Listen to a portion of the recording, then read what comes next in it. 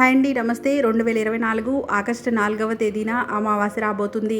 ఇది చాలా శక్తివంతమైన రోజు. ఎందుకంటే ఆదివారంతో కలిసి వచ్చే అమావాస్య చాలా పవర్ఫుల్గా ఉంటుంది, చాలా అరుదైనది. ఇలాంటి అమావాస్య 50 సంవత్సరాల క్రితం వచ్చింది అని, మళ్ళీ ఇప్పుడు వస్తుంది అని జ్యోతిష్య శాస్త్ర నిపుణులు చెబుతున్నారు. ఈ అమావాస్య చాలా శక్తివంతమైనది కాబట్టి అమావాస్య రోజు కొడుకులు ఉన్నవారు ఖచ్చితంగా ఈ పరిహారం తీసుకోండి. చాలా అద్భుతమైన ఫలితం వస్తుంది. అదృష్టం, ఐశ్వర్యం కలిసి వస్తుంది. పిల్లల భవిష్యత్తు బాగుంటుంది. పిల్లలపై ఉండే చెడు అంతా కూడా తొలగిపోతుందని సిద్ధశాస్త్రం చెబుతుంది. ఆదివారం అమావాస్య కలిసి రావడం చాలా అరుదు. ఇలాంటి రోజుకు అతీత శక్తులు ఉంటాయి. ఇలాంటి రోజు కోసం అనేక మంది ఎదురు చూస్తూ ఉంటారు. ఆదివారం అమావాస్య కలిసి వచ్చిన రోజు తాంత్రిక క్షుద్ర పూజలు చేస్తూ ఉంటారు. ఎందుకంటే ఇలాంటి రోజున ఏ పనులు చేసినా మంచి ఫలితం ఉంటుందని శాస్త్రాలు చెబుతున్నాయి. ముఖ్యంగా ఆదివారం అమావాస్య వచ్చిన రోజున కొడుకులు ఉన్న తల్లిదండ్రులు ఈ చిన్న పరిహారం చేసుకుంటే పిల్లల ఎదుగుదల బాగుంటుంది. కొంతమంది పిల్లలు సరిగ్గా ఎదగరు, ఎప్పుడూ నీరసంగా ఉంటూ ఉంటారు. ఇలాంటి పిల్లలకు ఎక్కువగా దిష్టి తగులుతూ ఉంటుంది. ఇలాంటి పిల్లల దగ్గరకు దుష్టశక్తులు ఎక్కువగా ఆకర్షించబడతాయి. కనుక ఆదివారం అమావాస్య కలిసి వచ్చిన రోజున కొడుకులు ఉన్నవారు ఈ చిన్న పరిహారం చేసుకుంటే పిల్లల మీద ఉండే చెడు దృష్టి అంతా కూడా తొలగిపోతుంది. యాక్టివ్గా మారిపోతారు. పిల్లలు ఉన్న తల్లిదండ్రులు అందరూ తప్పకుండా ఈ పరిహారం చేసుకోవాలి.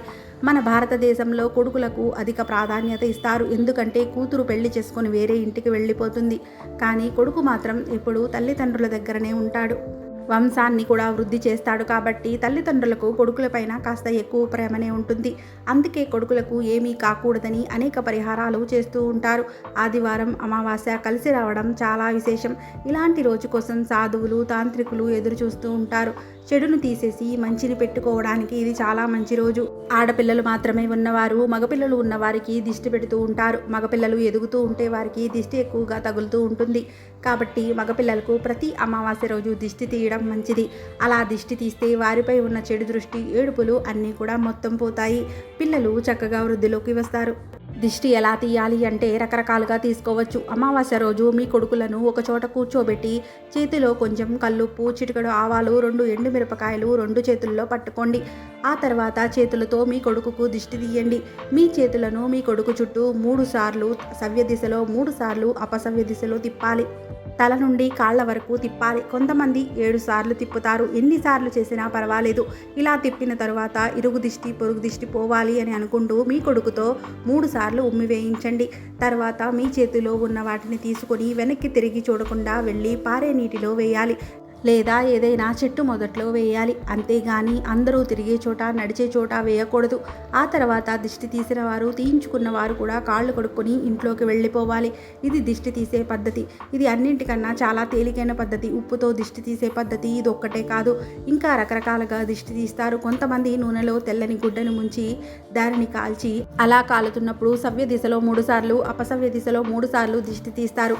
అలాగే కొంతమంది కోడిగుడ్డుతో దిష్టి తీస్తారు. మరి కొంతమంది ఆవాలతో దిష్టి తీస్తూ ఉంటారు. ఇలా రకరకాలుగా ఏదో ఒక పద్ధతిలో ప్రతి అమావాస్య రోజు దిష్టి తీసుకుంటూ ఉంటే మంచిది. ఇలా దిష్టి ప్రక్రియ అనేది సాయంత్రం పూట చేసుకోవాలి.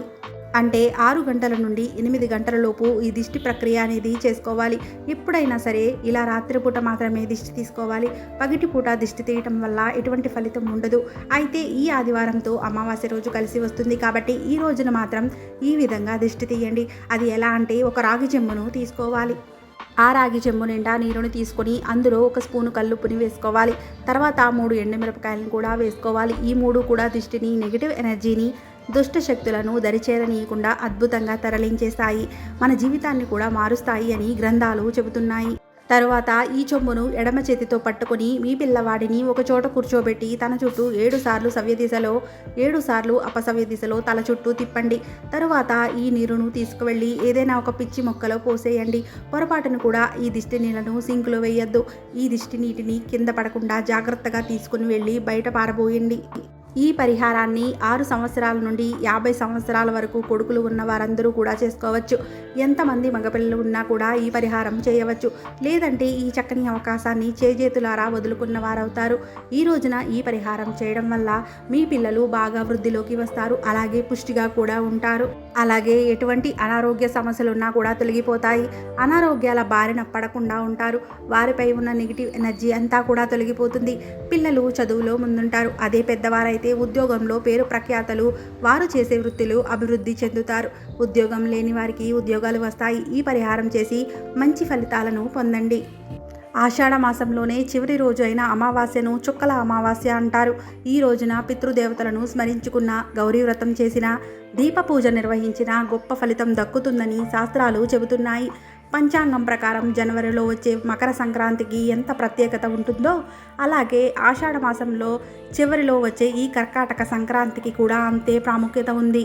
మకర సంక్రాంతి సమయంలో ఉత్తరాయణం మొదలైతే ఈ కర్కాటక సంక్రాంతి సమయానికి దక్షిణాయనం మొదలవుతుంది. దక్షిణాయన కాలం పితృదేవతలు మనకు సమీపంలో ఉంటారు. అందుకే దక్షిణాయనంలో వచ్చే తొలి అమావాస్య అయినటువంటి ఈ రోజున పితృదేవతలకు ఆహ్వానం పలుకుతూ తర్పణాలు వదిలితే మంచిదని పెద్దలు సూచించారు. ఆషాఢ అమావాస్య రోజున గౌరీ పూజ చేస్తారు. ఆషాఢ అమావాస్య తర్వాత రోజు నుండి శ్రావణ మాసం ప్రారంభమవుతుంది. శ్రావణ మాసం అంటే పెళ్ళిళ్ళు, ముహూర్తాలు మొదలయ్యే సమయం. కాబట్టి ఈ మాసంలో వివాహం కాని వారు మంచి సంబంధం కుదరాలని కోరుకుంటూ ఈ మాసానికి ముందు రోజు అనగా ఈ చుక్కల అమావాస్య రోజు కన్నె పిల్లలు గౌరీ పూజలు నిర్వహిస్తారు. పసుపు ముద్దను గౌరీదేవిగా భావించి కొలుచుకుంటూ ఉంటారు. బియ్యం పిండితో చేసిన కుడుములను అమ్మవారికి నైవేద్యంగా పెడతారు. ఈ రోజున గౌరీ పూజ చేసుకొని అమ్మవారి రక్షా కంకణాన్ని ధరిస్తే అవివాహితులకు త్వరలోనే వివాహం జరుగుతుందని నమ్మకం. ఈ అమావాస్య రోజున పెళ్లి కాని వారే కాదు, కొత్త కోడళ్ళు కూడా ఈ చుక్కల అమావాస్య నోమును నోచుకుంటారు. కొత్త కోడళ్ళు గౌరీ పూజలు చేసి సాయం సంధ్య వేళ వరకు ఉపవాసం ఆచరిస్తారు. ఈ ఆషాఢ అమావాస్య రోజున అందరూ గుర్తుపెట్టుకొని ఈ 2 వస్తువులను ఇంటికి తెచ్చుకుంటే 7 తరాలకు సరిపడా డబ్బు అనేది వచ్చి పడుతుంది. సమస్యలు, కష్టాలు ఏమైనా ఉంటే తొలగిపోతాయి. ఆషాఢ అమావాస్య లోపైనా లేదా ఆ రోజైనా సరే ఈ వస్తువులను ఇంటికి తెచ్చుకుంటే అదృష్టం అనేది 7 తరాల వరకు తరగని ఐశ్వర్యం అనేది వస్తుంది. ఈ వస్తువులకు అంతటి శక్తి ఉంది. ప్రతి నెలలో అమావాస్య వస్తూ ఉంటుంది, కానీ ఈ ఆషాఢ అమావాస్య చాలా గొప్పది. దానిలో మొదటి వస్తువు కల్లుప్పు. 20 రూపాయలు పెట్టి కల్లుప్పుని కొనడం అనేది అమావాస్య రోజున చాలా మంచిది. వంటగదిలో పెట్టుకుని వంటలలో వాడాలి. ఇంట్లో ఉప్పు ఉన్నా సరే మరలా అమావాస్య రోజు తప్పనిసరిగా ఉప్పు ప్యాకెట్ తెచ్చుకోవాలి. ఇలా ఉప్పు తెచ్చుకోవడం వల్ల లక్ష్మి అనుగ్రహం కలిగి కష్టాలన్నీ తీరిపోతాయి. అలాగే ఈ కల్లుప్పును ఒక గాజు గిన్నెలో వేసుకొని చిటికెడు పసుపు, చిటికెడు కుంకుమ కూడా అందులో వేసుకొని ఈ గాజు గిన్నెను మీరు ధనం పెట్టుకుని బీరువా కిందన ఉంచండి. ఇలా చేయడం వల్ల ధనానికి లోటు ఉండదు. ఆర్థిక ఇబ్బందులన్నీ కూడా తొలగిపోతాయి. 48 గంటల వరకు అలానే ఉంచి ఆ తర్వాత ఆ ఉప్పును ఒక చెట్టు మొదట్లో పడేయండి. రెండవ వస్తువు బెల్లం. ఈ అమావాస్య రోజున బెల్లం తెచ్చుకొని ఇంట్లో పెట్టుకోవడం వల్ల మీ జీవితం మధురంగా ఉంటుంది. ఒకవేళ ఇంట్లో ఉన్నా సరే మరలా బెల్లాన్ని తెచ్చుకోవడం వల్ల మంచి జరుగుతుంది.